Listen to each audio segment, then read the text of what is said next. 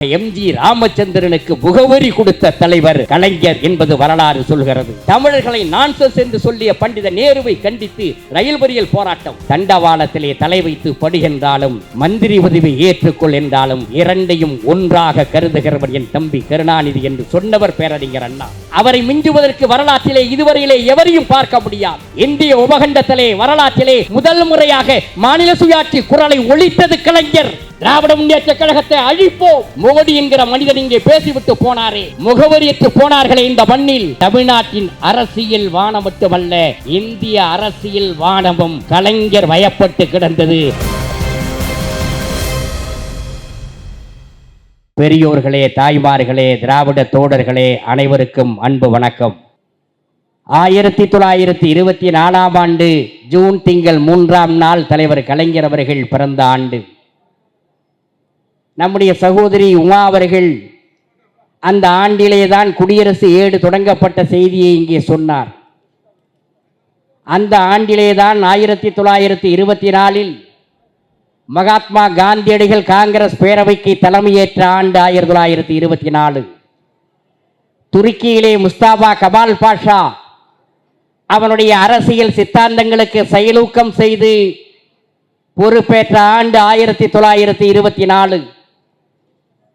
சென்னை மாகாணத்திற்கும் மைசூர் மாகாணத்திற்கும் காவிரி ஒப்பந்தம் கையெழுத்தான ஆண்டு 1924. பாட்டாளி வர்க்க ஜனநாயகத்தை நிலைநிறுத்தி ஜார் ஆதிக்கத்தை தகர்த்தறிந்த பொது உடைமை பூங்காவாக ரஷ்ய மாநாட்டு மிகப்பெரிய பொது உடைமை சித்தாந்தத்திற்கு அடிகோலி சோவியத் யூனியனை கட்டி வளர்த்த லெனின் அவர் மறைந்த ஆண்டு. இவ்வளவு சிறப்புகள் வாய்ந்த 1924 தலைவர் கலைஞர் அவர்கள் திருவாரூர் மாவட்டத்தில் கண்விழிக்காத திருக்குவளை என்கிற சின்னம் சிறிய ஊரிலே பிறந்து இந்த மகத்தான தலைவராக மனிதராக உயர்ந்து தமிழ்நாட்டினுடைய வரலாற்றோடு பின்னி பிணைந்து இருக்கின்ற தலைவர். 94 வயது வரையில் இந்த மண்ணின் மேன்மைக்காக, இனத்துக்காக, மொழிக்காக, நாட்டுக்காக தன்னையே அர்ப்பணித்து வாழ்ந்த மகத்தான தலைவரின் 100ஆண்டு நிறைவு நாளில் அவர் புகழ்பாட இங்கே காத்திருக்கிறோம். தலைவர் கலைஞர் நடந்த திசையெல்லாம் வானம் வசப்பட்டிருக்கிறது, அதை பற்றி பேசுங்கள் என்று நம்முடைய சுபவி அவர்கள் எனக்கு தலைப்பை வழங்கியிருக்கிறார்கள்.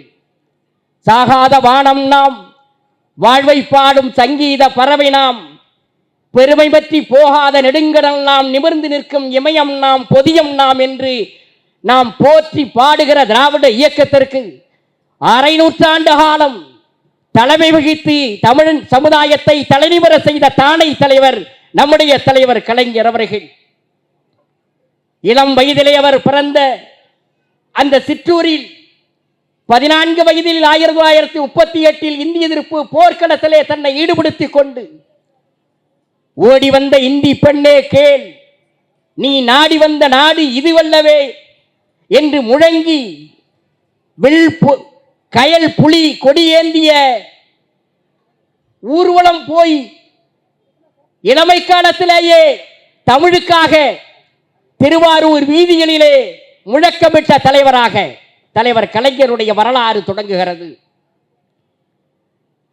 அவர் நடந்த திசையெல்லாம் வெற்றி பெற்றிருக்கிறார்.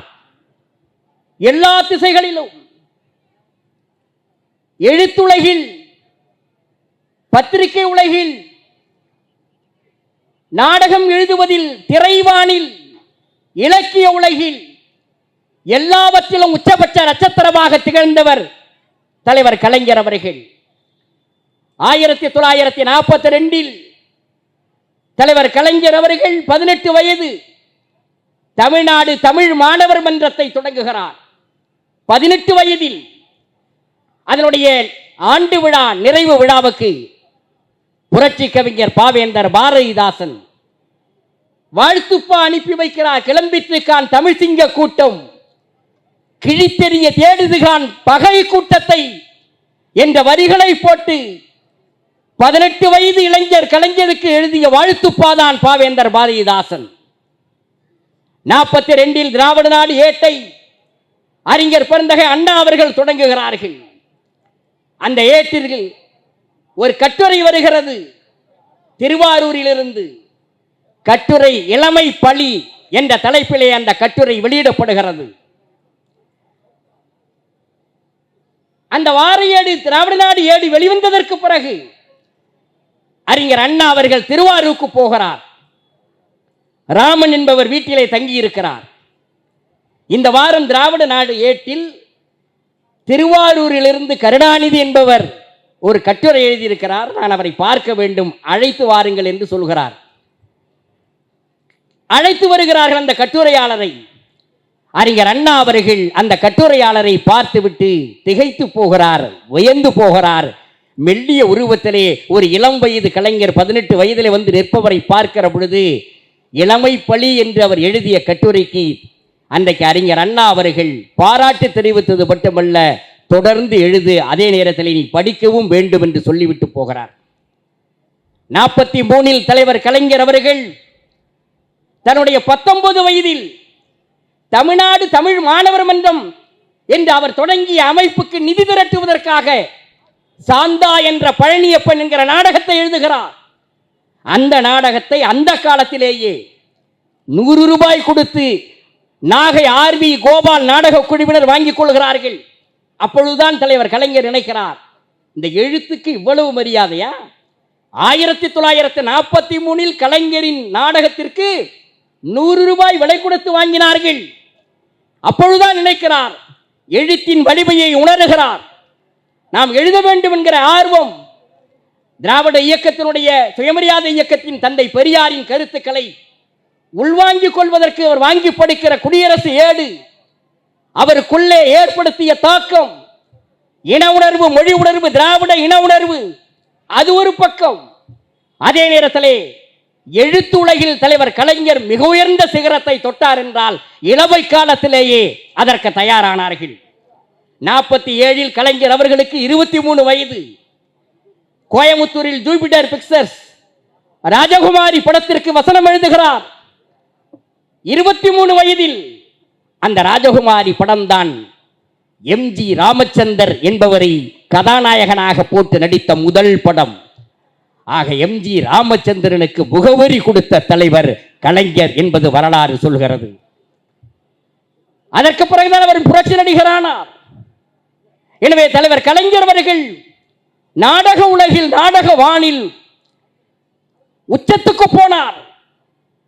கொள்கை பிரச்சாரத்திற்காக தூக்கு மேடை நாடகம், காகிதப்பூ, அம்மையப்பன், மணிமகுடம், பரபிம்பம், உதயசூரியன், இவையெல்லாம் தலைவர் கலைஞர் அவர்கள் எழுதி குவித்த நாடகங்கள். அவரை நடித்திருக்கிறார் உதயசூரியனில், காகிதப்பூ நாடகத்தில். அதை போலவே திரைவானில் 1947 23 வயதில் ராஜகுமாரி படத்திற்கு கதைவசனம் எழுத தொடங்கிய கலைஞர் 96 புதிய பராசக்தி வரையிலே அவர் திரைவானில் அவருடைய இடத்தை இன்று வரையிலே கலைஞர் விட்ட இடத்தை தொடுவதற்கு எவராலும் முடியாது. 24 வயதிலே அபிமன்யு திரைப்படத்திற்கு வசனம். 50 வயது 1950 26 வயது மந்திரி குமாரி, அது ஏற்கனவே தலைவர் கலைஞர் நாடகமாக எழுதி அதை தேவி நாடக சபா அதை நடித்துக் கொண்டிருந்த நேரத்திலே சேலம் மாதன் தியேட்டர்ஸனுடைய அதிபர் TR சுந்தரம் அந்த நாடகத்தை போய் பார்க்கிறார். உடனடியாக எல்லிஸ் டங்கனை வைத்து படமாக எடுக்கிறார். மகத்தான வெற்றி பெற்ற படம் 1950. 1950 தேவகி படம் வெற்றி பெறுகிறது. மணமகள் என்கிற படம் NSK எடுக்கிறார், கலைவாணர் NS கிருஷ்ணன். அதற்கு கதை வசனம் எழுதினார். மகத்தான வெற்றி பெற்ற படம். அந்த படத்துக்கு வசனம் எழுதி கொண்டிருந்த நேரத்திலே தான் கலைஞர் அவர்கள் சென்னையில் NSK வீட்டுக்கு போகிறார் அவரை சந்திப்பதற்கு. செல்லமுத்து என்கிற அவருடைய கம்பெனியினுடைய மேனேஜரோடு போகிறார். அங்கே வீட்டிலே NS கிருஷ்ணன் இல்லை. உடனடியாக அவரிடத்தில் பேசிவிட்டு கிளம்புகிற பொழுது NSKவிடம் சொல்ல வேண்டிய செய்தியை சொல்லிவிட்டு புறப்படுகிறார். அந்த நேரத்தில் செல்லமுத்து என்பவர் NSK கம்பெனியில் இருப்பவர். NSK கம்பெனியினுடைய படக்கம்பெனியினுடைய மேனேஜரிடத்தில் சொல்கிறார், கலைஞருடைய காருக்கு பெட்ரோல் தீர்ந்து விட்டது, பெட்ரோல் போட வேண்டும் என்று சொன்ன பொழுது என்எஸ்கேவினுடைய மேனேஜர் சொல்கிறார், கலைஞருக்கு வசனம் எழுதுவதற்கு பணம் கொடுக்கிறோம், அவர் காருக்கு எதற்காக கூப்பன் கொடுக்க வேண்டும் என்று அடாவடி பேசுகிறார். இருந்தாலும் ஒரு கூப்பனை கொடுத்து விடுகிறார். சொல்லிவிட்டு சிட்டாடல் ஸ்டுடியோவில் என்எஸ் கிருஷ்ணன் ஷூட்டிங்கில் இருக்கிறார். அவரிடத்தில் போய் இந்த மேனேஜர் சொல்கிறார், இப்படி வந்தார், கூப்பன் கேட்டார்கள், பெட்ரோல் கூப்பன், முடியாது என்று சொல்லிவிட்டேன் என்று சொன்ன பொழுது ராஸ்கோல் என்கிற வார்த்தையை என்எஸ்கே பயன்படுத்துவா, அடி ராஸ்கோல், கலைஞரிடத்திலே போயா உன் கைங்கரியத்தை காட்டார் என்று செவலிலே அறைந்துவிட்டு அவர் ஒப்பனை போட்டுக் கொண்ட மேக்கப்போடு நேரடியாக கலைஞருடைய இல்லத்துக்கு ஓடுகிறார். என்எஸ் கிருஷ்ணன் ஓடி போய் கலைஞரை பார்க்க போகிறார். இல்லை, தலைவர் இல்லை, அவருடைய தாயார் இருக்கிறார்கள். அவரிடத்திலே இது போன்று தவறு என் மேனேஜர் செய்துவிட்டார் என்று சொல்லி 1000 பெட்ரோல் கூப்பன்களை கையிலே கொடுத்துவிட்டு, தம்பி வந்தால் கொடுத்து விடுங்கள் என்று சொன்னார். என்றால் 1950 கலைஞரின் எழுத்து வலிமை எப்படிப்பட்ட வலிமை! எத்தனையோ படங்களுக்கு எழுதினார். 52 பராசக்தி திரைப்படம், அது ஏற்படுத்திய தாக்கம் இன்றைக்கும் எதிரொலித்துக் கொண்டிருக்கிறது. திரை வானத்தில் திரை நட்சத்திரமாக ஒரே நாளில் நான் உயர்ந்தேன் என்று அன்றைக்கு சொன்னாரே சிவாஜி கணேசன், நடிகர் திலகம். அந்த நடிகர் திலகத்தை இந்த நாட்டுக்கு அடையாளப்படுத்தியது கலைஞரின் பேனா, பராசக்தி வசனம். அதை பேசுகிற முறை, அதை கலைஞர் அமைத்திருந்த காட்சி. எந்த புது நடிகர்கள் வந்தாலும் இங்கே இயக்குனர் உட்கார்ந்து இருக்கிறார், அவர்களையெல்லாம் பேச சொல்வது கலைஞரின் வசனம். அதற்கு பிறகு மனோகரா வருகிறது, அதற்கு பிறகு எத்தனையோ திரைப்படங்கள். அந்த திரைப்படங்கள் அத்தனையும் தலைவர் கலைஞரின் வசனங்கள் ஏற்படுத்திய தாக்கம். திரை வானம் தலைவர் கலைஞரின் வசப்பட்டது. அதை போலத்தான் இலக்கிய வானத்திலே கலைஞர் எழுதி குவித்த எத்தனையோ புதினங்கள், வரலாற்று காவியங்கள். 45 21 வயதில் கிழவன் கனவு என்ற ஒரு நூலை எழுதினார். 47 பலிபீடு நோக்கி 23 வயதில் கலைஞர் எழுதி குவித்த புதினங்கள் இலக்கிய வானத்தை வசப்படுத்தினார். ரோமாபுரி பாண்டியன், பொன்னர் செங்கர், பாயும்புலி பண்டாரக வன்னியன், தென்பாண்டி சிங்கம். இலக்கியத்தை எழுதினார் குரலோவியமாக, சங்கத்தமிழாக, தொல்காப்பிய பூங்காவாக. இப்படி தலைவர் கலைஞர் அவர்கள் இலக்கிய வானத்தை வசப்படுத்திய வரலாறு. ஒரு அரசியல் தலைவராக இருந்து கொண்டு எழுத்தும் பேச்சும் கைவந்திருக்கிற தலைவராக வரலாற்றிலே தலைவர் கலைஞரை தவிர எங்கு தேடினாலும் எவரையும் காண முடியாத வரலாறு. அந்த வரலாற்றை படித்தார் தலைவர் கலைஞர். 17 வயதிலே மாணவனேஸ் என்கிற பத்திரிகை தொடங்கினார். 1942 18 வயதிலே முரசொலி ஏட்டை தொடங்கினார், கையெழுத்து ஏடாக. இன்று வரையில் 80 ஆண்டுகளுக்கு மேலாக அந்த முரசொலி ஏடு திராவிட இயக்கத்தினுடைய கோட்பாடுகளை தாங்கி வருகிறது. தமிழ் சமுதாயத்தை தட்டி எழுப்புகிற ஏடு என்றால் வலுவான அடித்தளத்தை 18 வயதிலே முரசொலி ஆரம்பித்தவர் கலைஞர். அந்த முரசொலியில் எழுதிய தலையங்கங்கள், அவர் எழுதிய கட்டுரைகள், கடிதங்கள் காலத்தால் அழியாதவை. இப்படி பத்திரிகை வானத்தை வசப்படுத்திய கலைஞர் அரசியல் வானத்தில் அவருக்கு ஈடாக இன்னொரு தலைவரை இந்த நாடு இனி பிறக்க முடியாது. அப்படிப்பட்ட அரசியல் வரலாறு நம்முடைய தலைவர் கலைஞருக்கு இருக்கிறது. பேரறிஞர் அண்ணா அவர்கள் திராவிட முன்னேற்ற கழகத்தை தொடங்கிய பொழுது வயது 39. கலைஞருக்கு பக்கத்திலே தலகர்த்தராக தளபதியாக வீற்றிருந்த நம்முடைய கலைஞர் அவர்களுக்கு வயது 25, நாவலருக்கு 29 வயது, பேராசிரியருக்கு 27 வயது, கட்டிலம் காளையாக 25 வயது வாலிபசியமாக 49ஆம் ஆண்டு திராவிட முன்னேற்ற கழகத்தின் தலைவர்களே ஒருவராக உருவானவர் கலைஞர். அண்ணாவுக்கு பக்கத்தில் 1953 மும்முனை போராட்டத்தை அறிவிக்கிறார் பேரறிஞர் அண்ணா. எங்கள் சிதம்பரத்திலே தான் மாநாடு நடந்தது, தென்னார்காடு மாவட்ட மாநாடு. அந்த மாநாட்டிலே ஜூலை மாதம் 5ஆம் தேதி நடைபெற்ற அந்த மாநாட்டில் அண்ணா அறிவிக்கிறார் மும்முனை போராட்டம். குலக்கல்வி எதிர்த்து ராஜாஜி வீட்டுக்கு முன்னால் சம்பத் தலைமையிலே மறியல் போராட்டம். தமிழர்களை நான்சென்ஸ் என்று சொல்லிய பண்டித நேருவை கண்டித்து ரயில் மறியல் போராட்டம். அன்றைய திருச்சி மாவட்டத்தில் டால்மியாபுரம் அந்த பெயரை கள்ளக்குடி என்று மாற்ற சொல்லி ஒரு வடநாட்டுக்காரன் பெயரை எங்கள் தமிழ் மண்ணுக்கு சூட்டுவதா என்று கள்ளக்குடியிலே பெயர் மாற்ற போராட்டம் கலைஞர் தலைமையிலே. 1953 ஜூலை 15ஆம் நாள் கள்ளக்குடியிலே ரயில் மறியல் போராட்டம். பெயர் மாற்ற சொல்லி தண்டவாளத்திலே தலை வைத்து படுத்தார் தலைவர் கலைஞர். அரையடி தொலைவுக்கு அந்த ரயில் வந்து நின்று விட்டது. பயந்து நடுங்கினார்கள். யார்? போராட்ட களத்தில் இருந்தவர்கள் அல்ல, பார்த்து கொண்டிருந்தவர்கள். ஆனால் அஞ்சாத சிங்கமாக தலை வைத்து படுத்தார் தண்டவாளத்திலே. அதைத்தான் பேரறிஞர் அண்ணா பின்னாளிலே சொன்னார். அமைச்சர் பொறுப்பை, பொதுப்பணித்துறை அமைச்சர் பொறுப்பை கலைஞர் ஏற்ற நேரத்தில் அண்ணா அவர்கள் சொன்னார்கள், தண்டவாளத்திலே தலை வைத்து படுகின்றாலும் மந்திரி உதவி ஏற்றுக்கொள் என்றாலும் இரண்டையும் ஒன்றாக கருதுகிறவர் என் தம்பி கருணாநிதி என்று சொன்னவர் பேரறிஞர் அண்ணா. அந்த போராட்டத்திலே ஒரு குழுவுக்கு, முதல் குழுவுக்கு தலைவர் கலைஞர் தலைமை ஏற்றார். அடுத்தடுத்து வந்த குழுவுக்கு அவரோடு நம்முடைய சுபவி அவர்கள் உட்கார்ந்திருக்கிறாரே, அவருடைய தந்தையார் காரைக்குடி ராமசுப்பையா, அவர் அந்த ரயில் மறியல் போராட்டத்திலே, கள்ளக்குடி போராட்டத்திலே கலந்து கொண்டார். 57 தேர்தல் வருகிறது.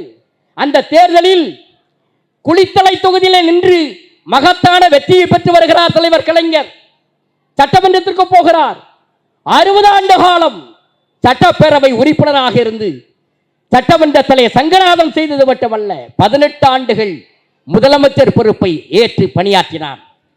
சட்டமன்றத்திலே தலைவர் கலைஞர் எடுத்து வைக்கிற வாதங்கள் அவரை மிஞ்சுவதற்கு வரலாற்றிலே இதுவரையிலே எவரையும் பார்க்க முடியாது. 57 15 பேர் திமுக சார்பில் போனார்கள். அதிலே 62 தேர்தல் வருகிற நேரத்திலே அண்ணாவின் தலைமையிலே 15 பேர் வெற்றி பெற்று போனார்கள்.